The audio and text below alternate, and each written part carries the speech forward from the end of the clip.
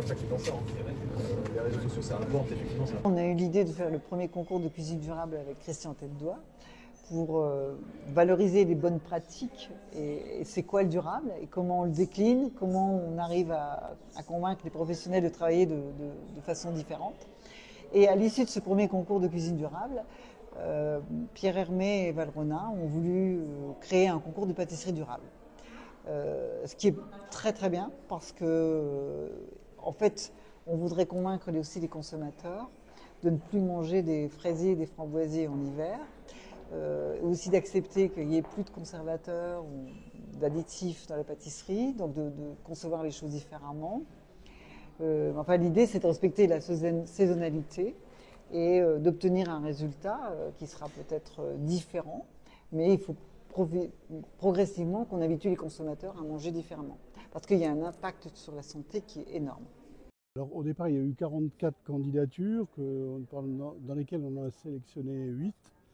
Et c'était très difficile parce que les dossiers étaient vraiment bien ficelés, bien faits. Et je m'aperçois à l'arrivée que dans les gens que nous avons choisis, il y a une vraie belle sélection avec des gens qui incarnent bien la démarche et qui la mettent en œuvre et qui l'expriment de manière extrêmement claire. Alors, ils nous ont proposé donc une recette, un gâteau, c'est un gâteau à partager. Et donc, on les a sélectionnés sur la façon dont ils concevaient leur projet aussi, leur gâteau. Quels produits ils y mettent, comment ils communiquent avec les producteurs des ingrédients, des produits qu'ils utilisent, parce que c'est important de recréer du lien avec les producteurs aussi. Et puis respecter la saisonnalité, les matériaux utilisés, l'empreinte carbone, le zéro déchet, enfin, donc tout cet esprit d'économie d'énergie aussi, donc de réutiliser tous les déchets.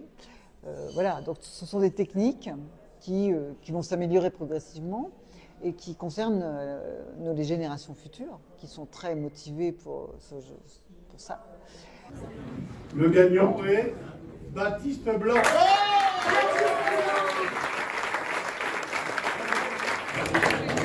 Un chèque de 2 000 €, un stage d'une semaine en recherche et développement à la maison Pierre Hermé, des macarons, une mise en avant, peut-être que Mélanie vous voulez dire 2 mots, cette mise en avant du chef pour des ventes, donc ce sera la pâtisserie, qui sera mise en vente dans la boutique Valrhona, et toujours le livre de Frédérico.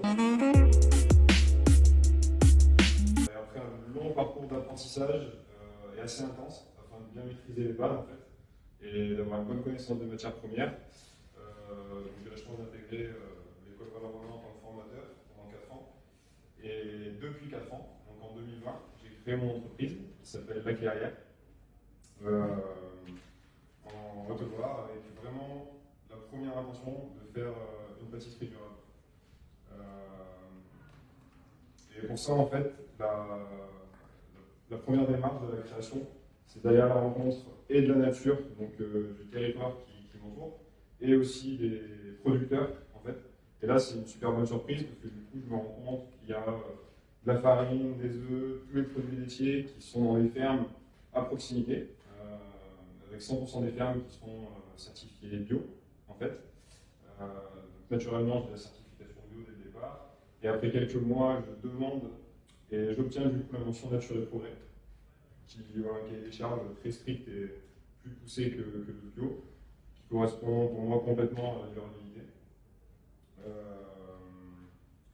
Et le constat, en fait, il est un peu là, c'est que la plupart du temps, par exemple, on va dire, j'ai fait une tarte au citron avec un citron menton bio, donc un super produit, sauf qu'en fait, le citron, c'était 10% de la recette, et on ne parle pas forcément des 90% qui composent le reste de la recette. Donc, c'est vraiment ce vers quoi je suis allé.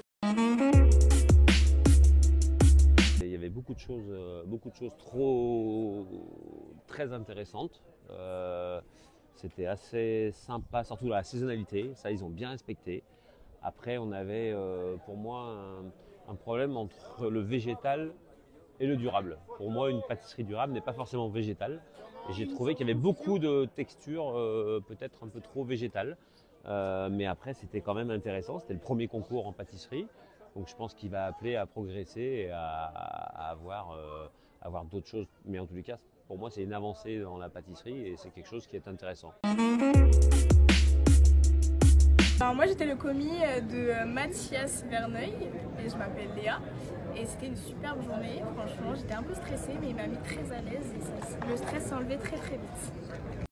Moi j'étais le commis de Charles-Élie, donc c'est super bien passé aussi, il était très gentil et c'était super intéressant ce qu'il faisait et j'ai adoré cette expérience, quoi. Ce matin on a tiré au sort un numéro, donc c'est notre numéro de poste.